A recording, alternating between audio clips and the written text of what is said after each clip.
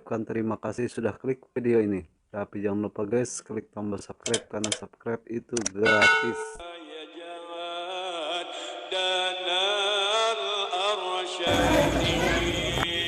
Kita meninjau lokasi rumah sehat.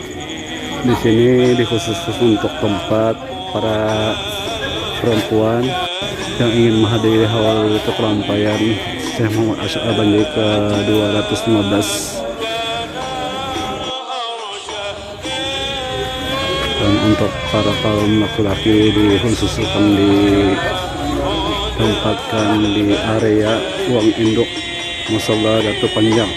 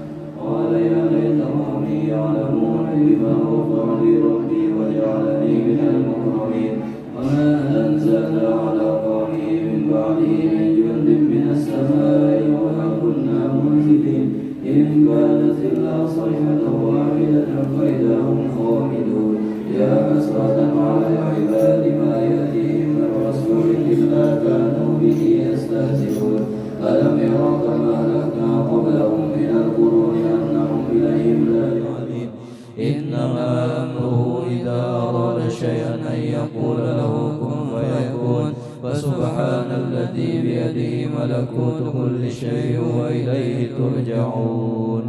أستغفر الله العظيم لي ولوالدي ولأصحاب الحقوق الواجبة علي ولجميع المسلمين والمسلمات والمؤمنين والمؤمنات الأحياء منهم والأموات. أستغفر الله العظيم.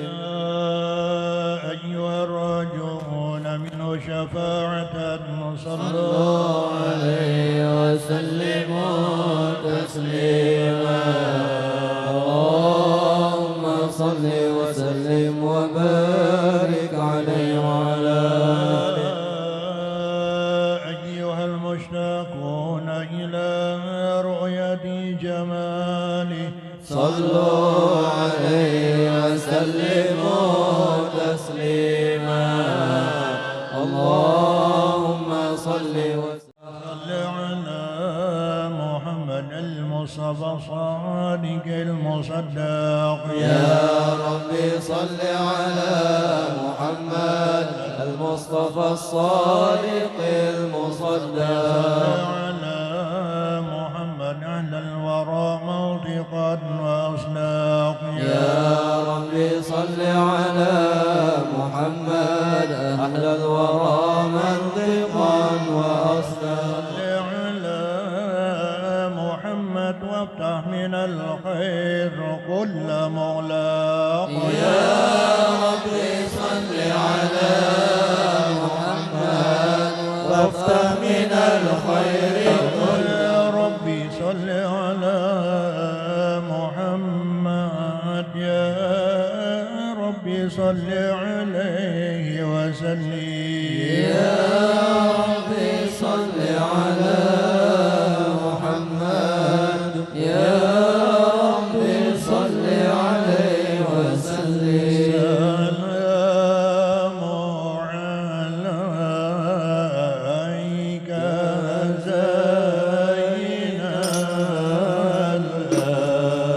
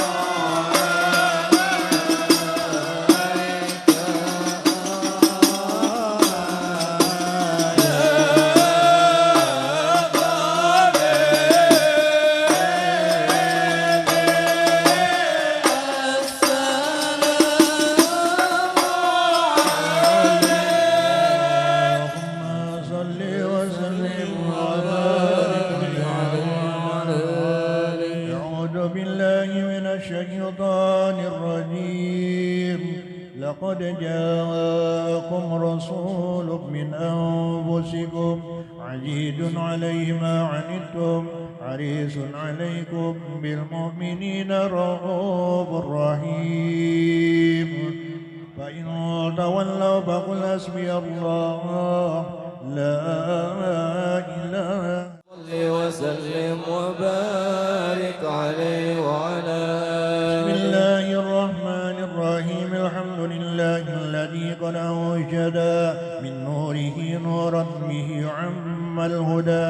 سبق العوالم في الوجود بأسرها فالكل منه في الحقيقة مبتدى. بذلك النور من سادت الورى وزكت عناصره الشريبة مهتدى. المصطفى خير الخلائق من سما وعلى على فلك السيادة سوددا.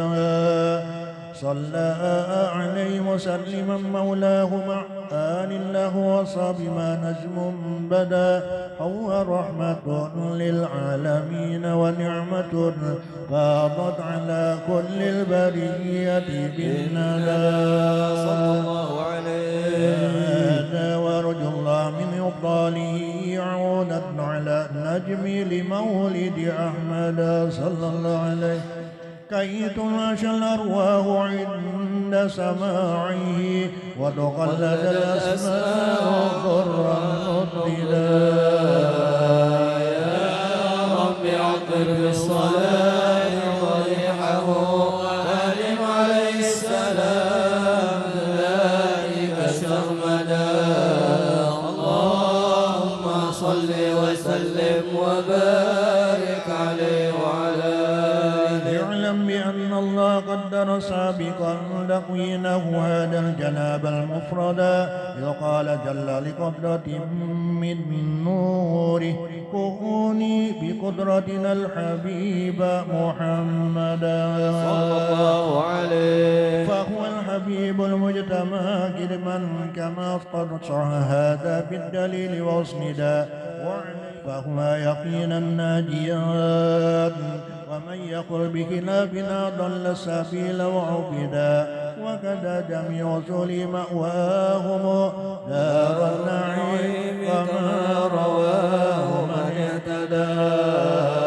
يا رب عطر بالصلاة ضريحه وأنعم عليه السلام ذلك سرمدا. اللهم صل وسلم وبارك عليه وعلى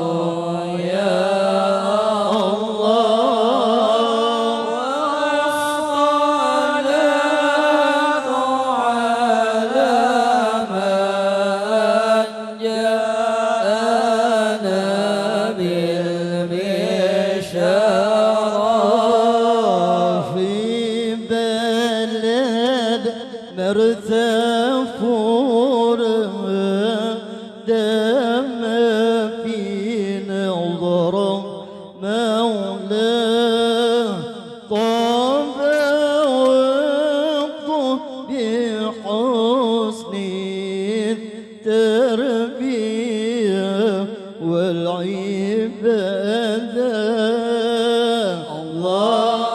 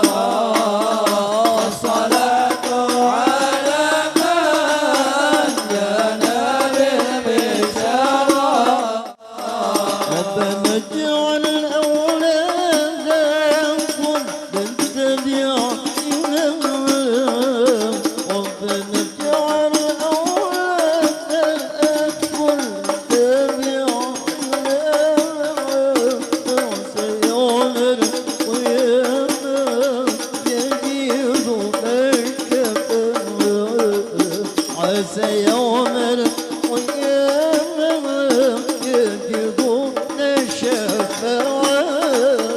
الله الله يا الله، الله يا الله، الله يا الله. صلاة على من جاءنا بالبشارة، الصلاة على من جاءنا بالبشارة. اللهم صل وسلم وبارك عليه وعلى آله. اللهم صل وسلم وبارك عليه وعلى آله. هذا ولما أن أراد إلهنا إظهاره سر المسؤول الأسعدا يختص آمنة الرضا أما له ولها به أما الهناء وتأبدا. فهناك قد جاء المخاض فأبرزت شمس الهدى خير الأنام الأوحدا. صلى الله محمد صلى الله عليه وسلم، صلى الله على محمد صلى الله عليه وسلم، صلى الله على محمد. يا ربي صل وسلم. النبي يا من حضر، يا من حضر،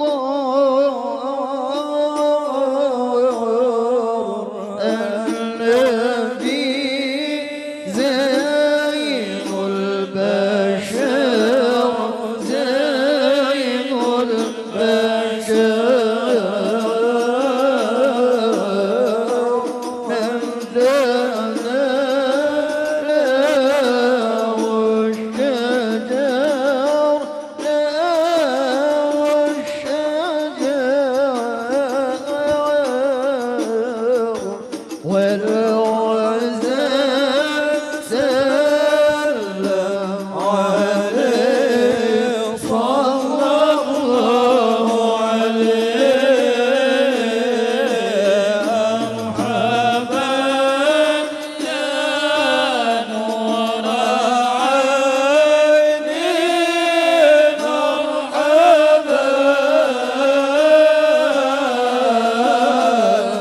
مرحبا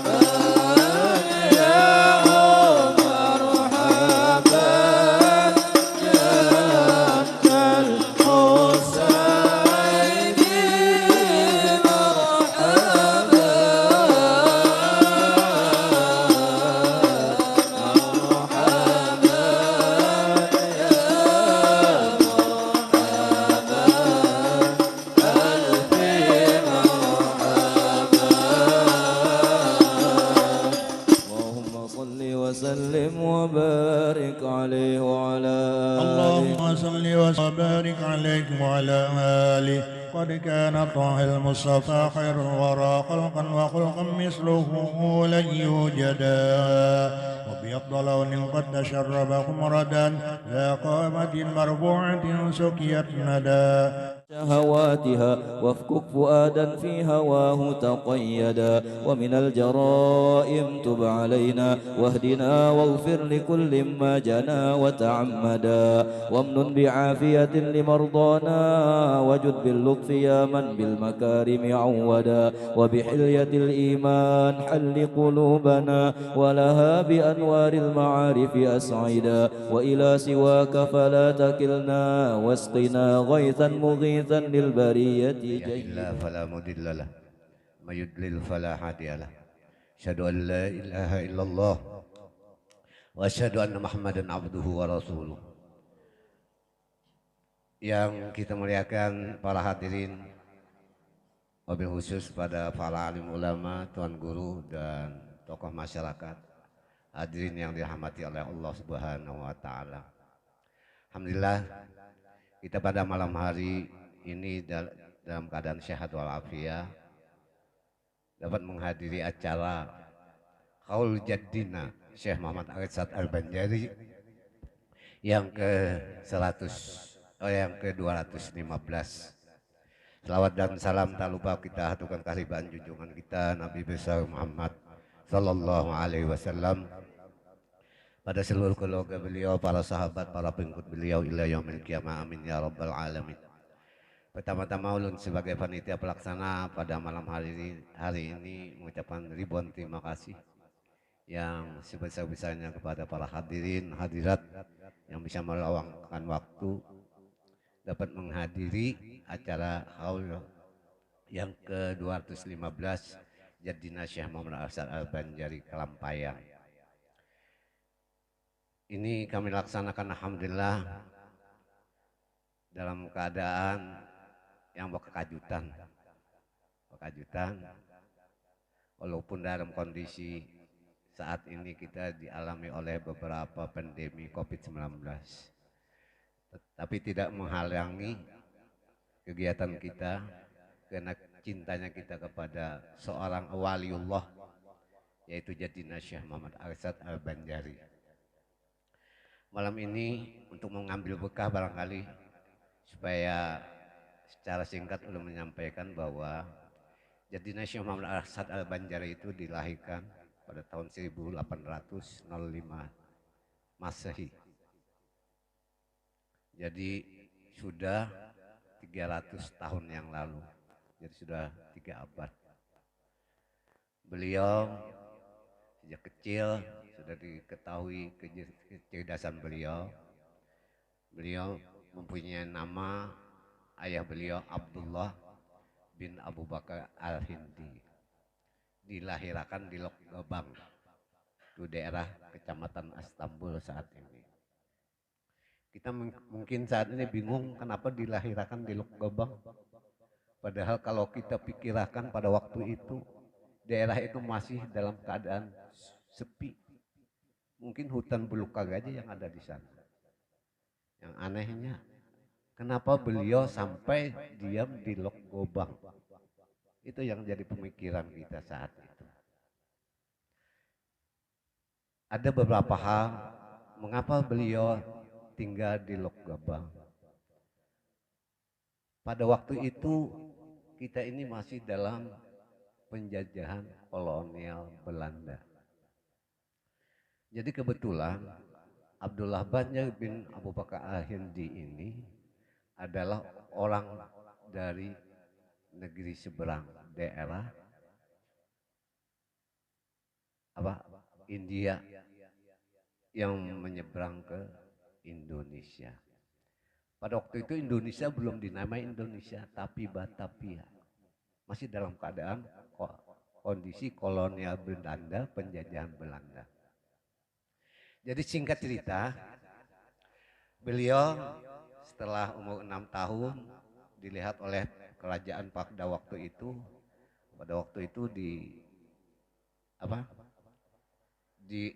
seorang raja yang bernama Tahlilullah. Melihat kecerdasan Sidin pada waktu kecil, beliau mengambil anak angkat, langsung diboyong ke istana. Sampai usia 30 tahun secara singkat, beliau diberangkatkan oleh kerajaan Banjar untuk menuntut ilmu ke Makkatul Mukarramah. Di sanalah beliau menuntut ilmu agama dengan tekun dan akhirnya beliau pulang ke Indonesia. Ini kita singkat malam ini untuk menyingkat waktu. Beliau pada waktu itu ada beberapa teman setelah selesai menuntut ilmu di negeri Makkatul Mukarramah, terus menuntut ke Madinatul Munawwarah mengambil thariqat Samaniyah dengan Syekh Saman Al-Madani. Setelah beliau pulang ke Indonesia dengan teman-teman beliau yang dinamakan 4 serangkai, yaitu Syekh Abdul Somad Al-Palimbani, Abdul Rahman Misri dari Jakarta, Syekh Abdul Wahab Bugis dari Sulawesi, Syekh Alisad Al-Banjari dari Kalimantan. Beliau pulang dari Makkatul Mukarramah langsung menginjak ke Batavia, yaitu di Jakarta. Kada langsung balik ke Martapura kada. Tapi beliau tinggal bersama Abdurrahman Misri. Di sanalah banyak beliau memberikan dakwah, di samping dipinta oleh Abdurrahman Misri menyampaikan dakwah kepada masyarakat. Dan beberapa hal juga beliau salah satu yang menguasai ilmu falak, yaitu ilmu yang bisa menghitung gugus masalah perbintangan ya kita itu. Nah, oleh karena itu ada beberapa masjid yang dibetulkan Sidin waktu di Jakarta. Nah, masjid di Kuitang ya Abah, masjid yang dibetulkan oleh di Koja di Jembatan 5 itu salah satunya. Sampai sekarang ada tulisan di masjid itu bahwa masjid ini kiblatnya dibetulkan oleh Syekh Muhammad Alisad Al-Banjari.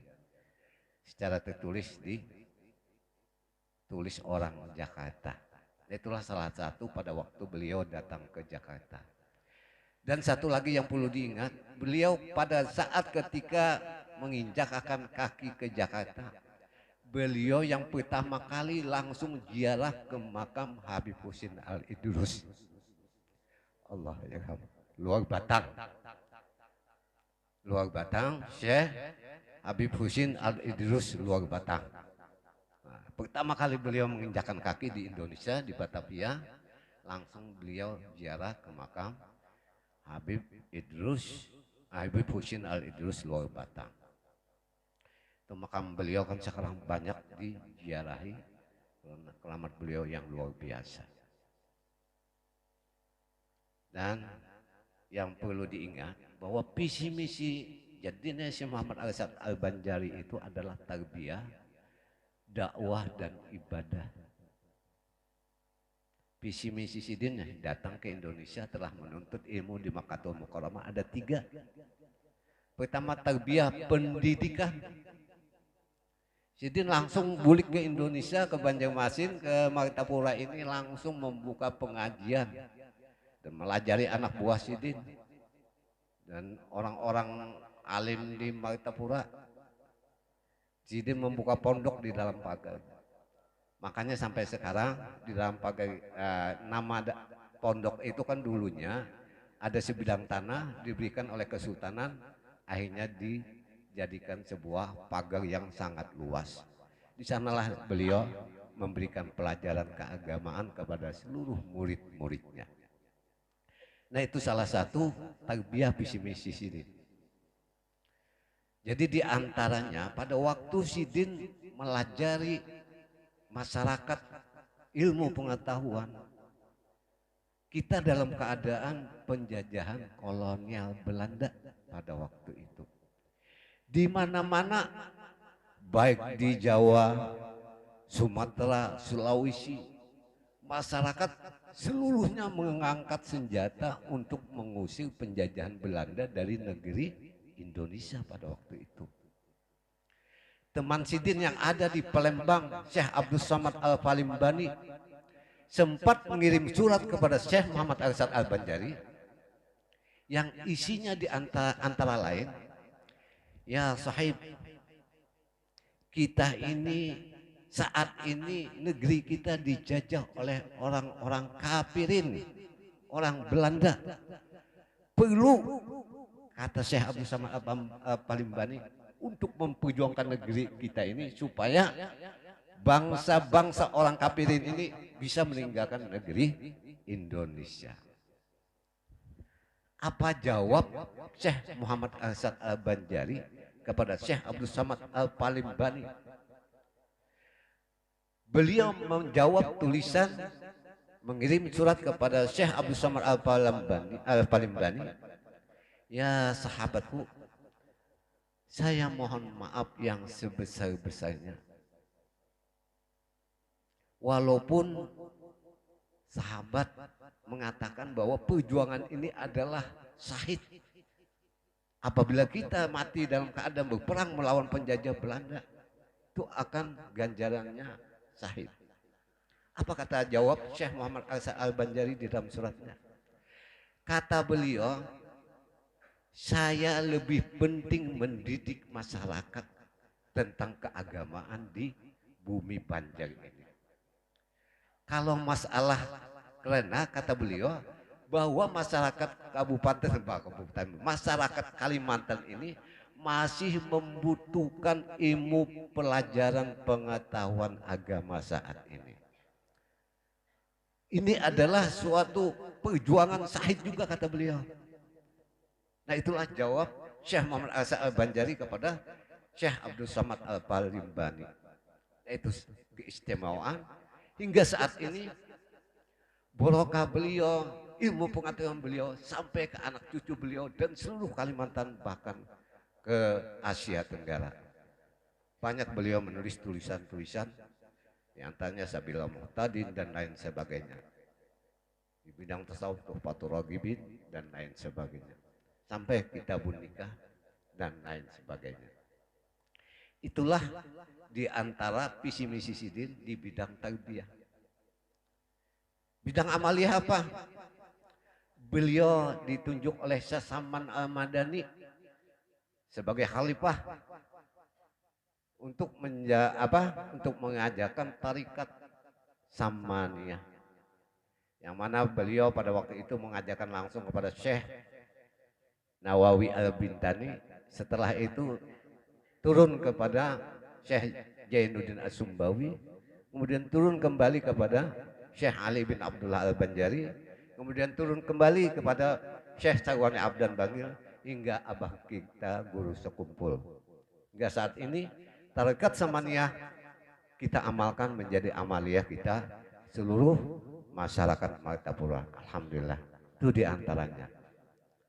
Barangkali karena waktu juga, kita malam ini mengapa ulun menyampaikan itu, supaya kita mengambil barokah beliau. Mudah-mudahan kita dikumpulkan bersama beliau di Jannatun Naim. Wabillahi taufiq wal hidayah. Wassalamualaikum warahmatullahi wabarakatuh.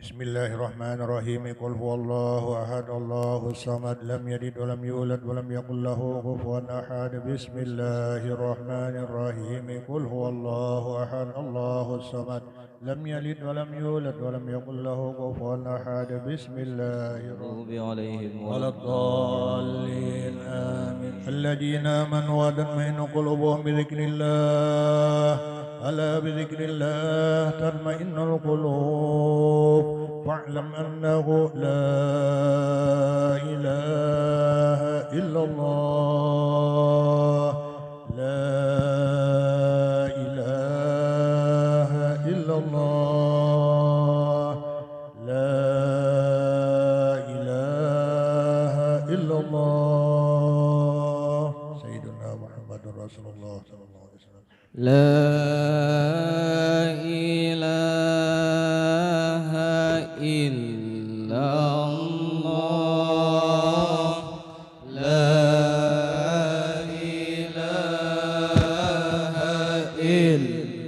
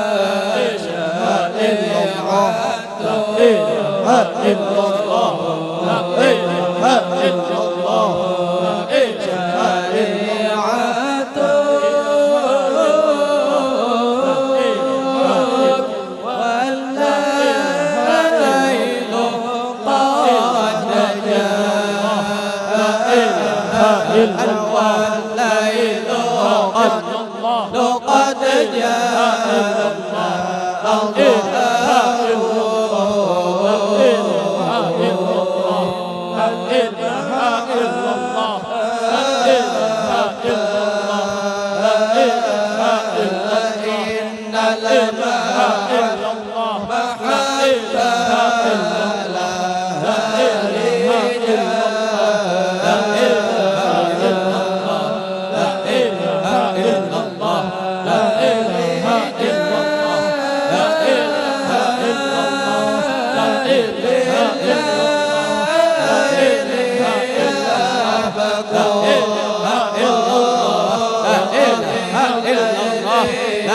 ilaha illallah, la ilaha illallah.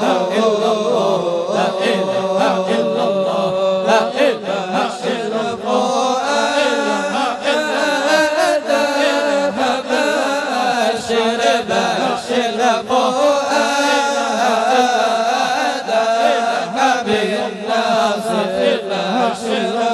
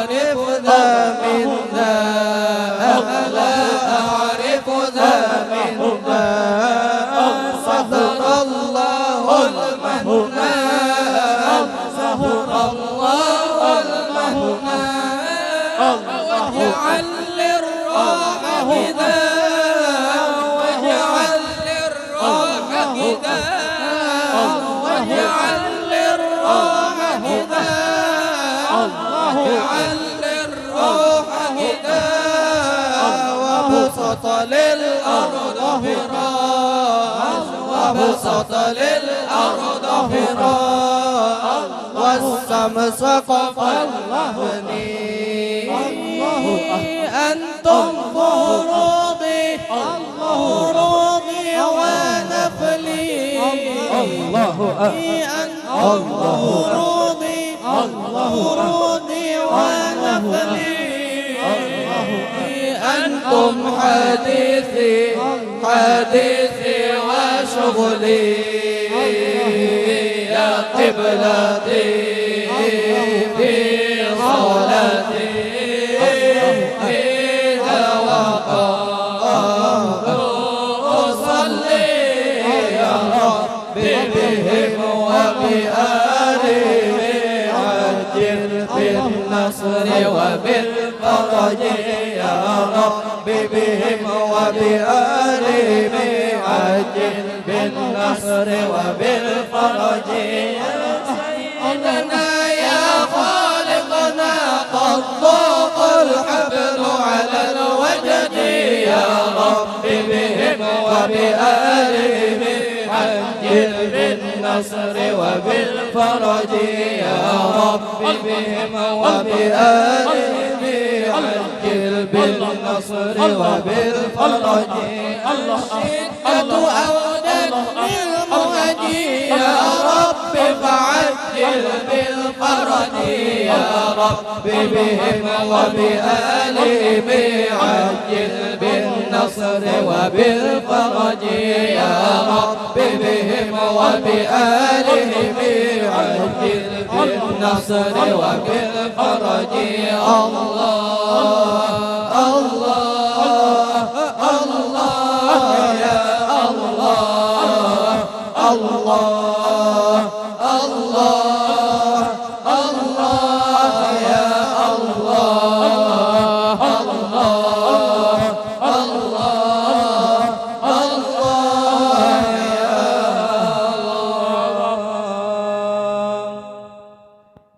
لا إله إلا الله وسيدنا محمد رسول الله. اللهم وسل واهدي وبلغ وتقبل ثواب ما قرأنا وما عملنا من أنواع الخيرات بهذا المجلس المبارك هدية واصلة ورحمة نازلة وبركة شاملة وصدقة متقبلة نقدم ذلك ونهدي إلى حضرة سيدنا رسول الله صاحب الشفاعة العظمى عند الله سيدنا محمد بن عبد الله صلى الله عليه وسلم سير الأنبياء والمرسلين وآل كل والصحابة والقرابة والتابعين وتابع التابعين من الأولياء والعلماء والشهداء والصالحين وإلى أرواح والدينا ولأمهاتنا ولإخواننا وأخواتنا ولأجدادنا وجداتنا ولأعمامنا وعماتنا ولأخوالنا وخالاتنا ولجميع مشايخنا ولمعلمينا وذوي الحقوق علينا ولجميع المسلمين والمسلمات.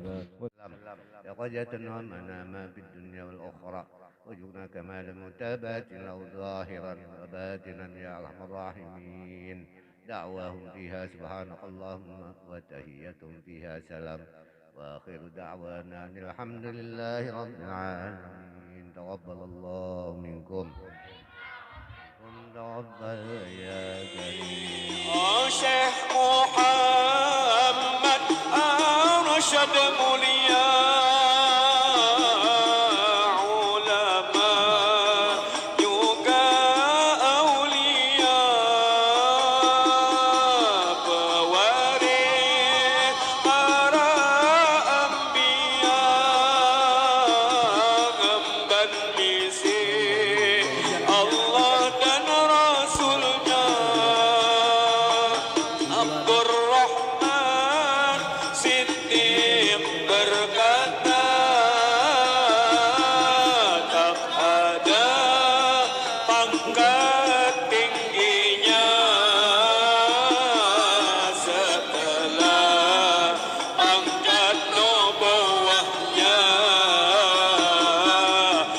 hanyalah pangkat ulama.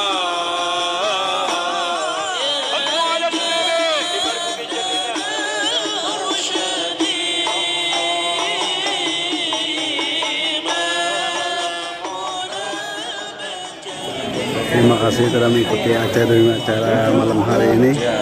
Dan kita bertemu lagi di tahun akan datang di haul ke-216 haul Jabina Syaikhul Muhammad Asad bin Abdullah Al-Bandari atau Datuk Lampion. Jangan lupa untuk like, subscribe, komen, dan share. Terima kasih. Assalamualaikum warahmatullahi wabarakatuh.